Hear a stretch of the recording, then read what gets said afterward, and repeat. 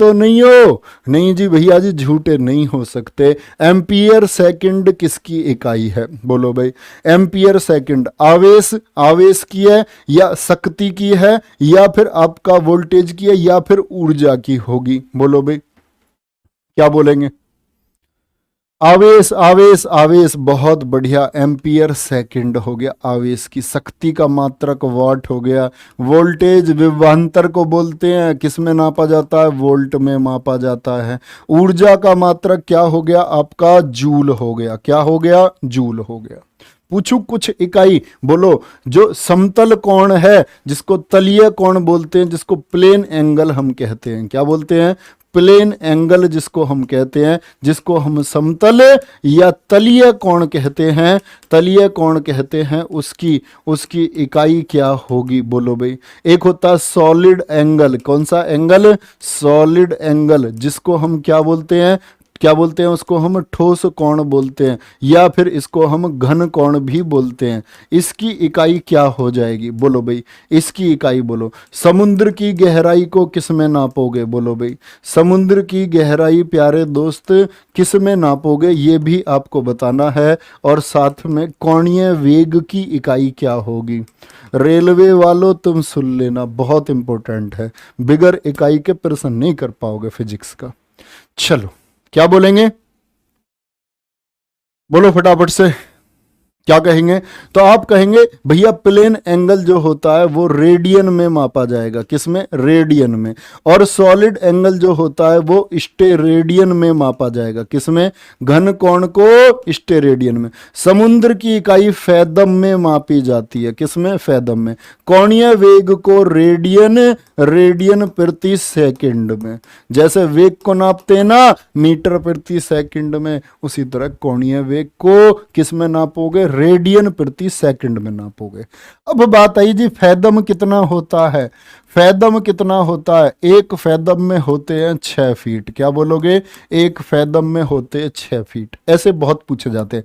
एक मील में पूछ लेता, एक मील में 1600 मीटर होते हैं, याद रख लेना, ठीक है। अगर आपसे पूछे एक नॉटिकल मील में कितने होंगे? क्या पूछे? एक नॉटिकल जो माइल होता है, ये समुद्री दूरी नपती है, तो क्या होता है? 1852 मीटर होता है।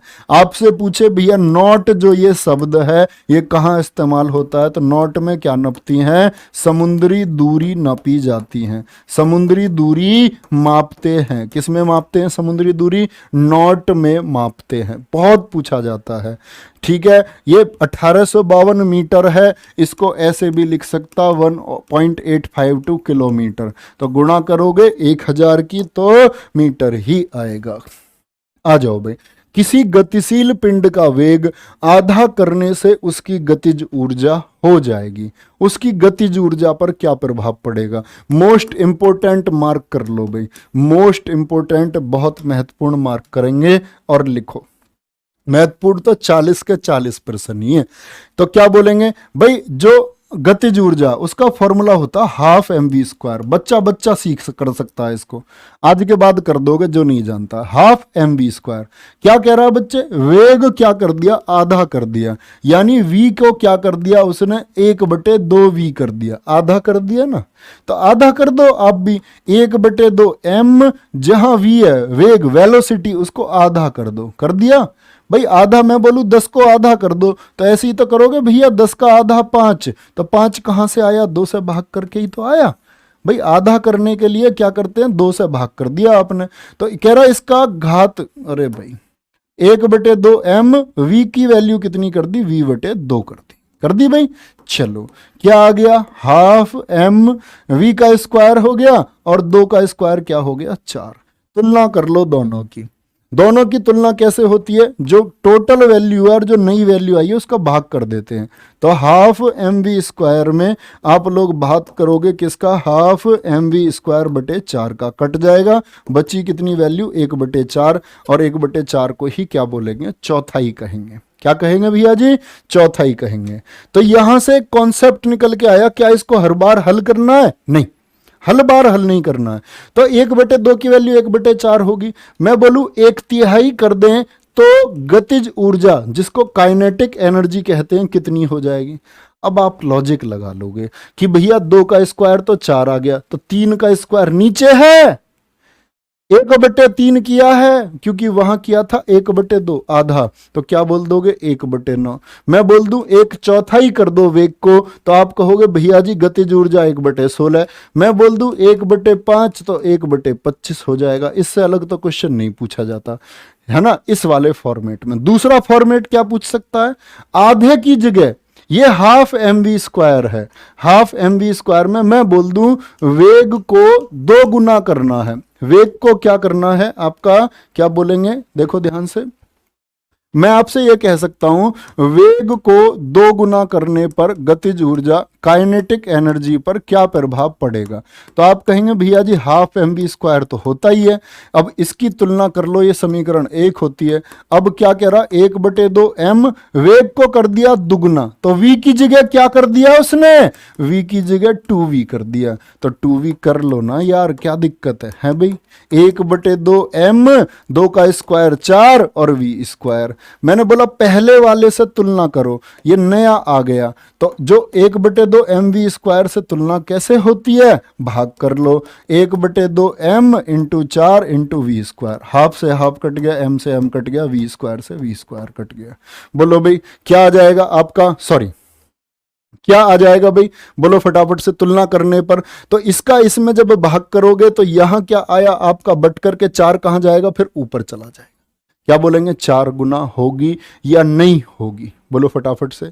तो तुलना करने पर जो नया वाला आया इसका भाग करोगे, सॉरी मैंने गलत भाग कर दिया, तो क्या बोलोगे, जब दोनों का भाग करोगे हाफ mv² का भाग करोगे, क्या बच जाएगा आपका, 4 बच जाएगा।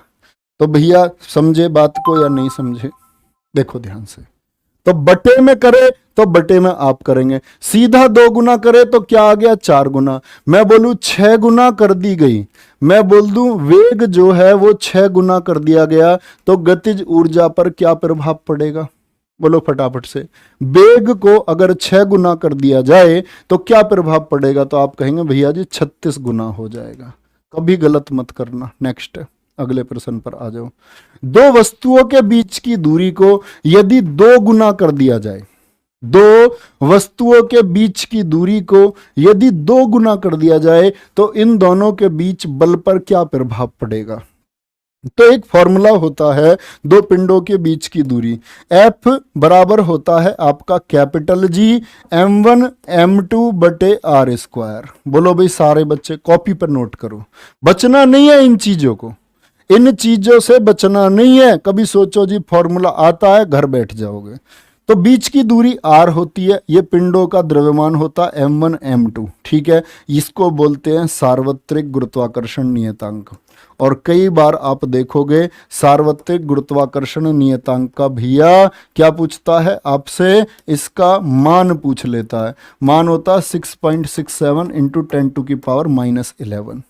मात्रक क्या होगा, newton metre square, newton metre square, और ये बटे में जाते हैं, क्या होता है किलोग्राम की पावर -2 होता है।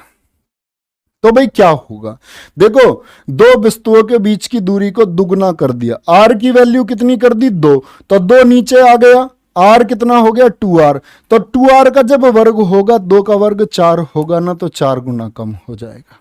कितना हो जाएगा, 4 गुना कम हो जाएगा, यानी 1/4 हो जाएगा।